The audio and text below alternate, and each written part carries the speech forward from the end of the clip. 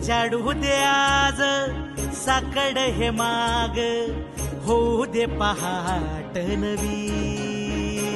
आता होऊन जाऊ दे साऱ्या जगाला पाहू दे, पडू दे पाऊल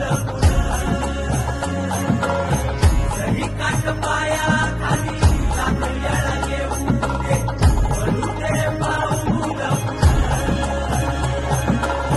मोठी लढाई र लढू मातीसाठी र गड्या, मनगटाच जोर लावून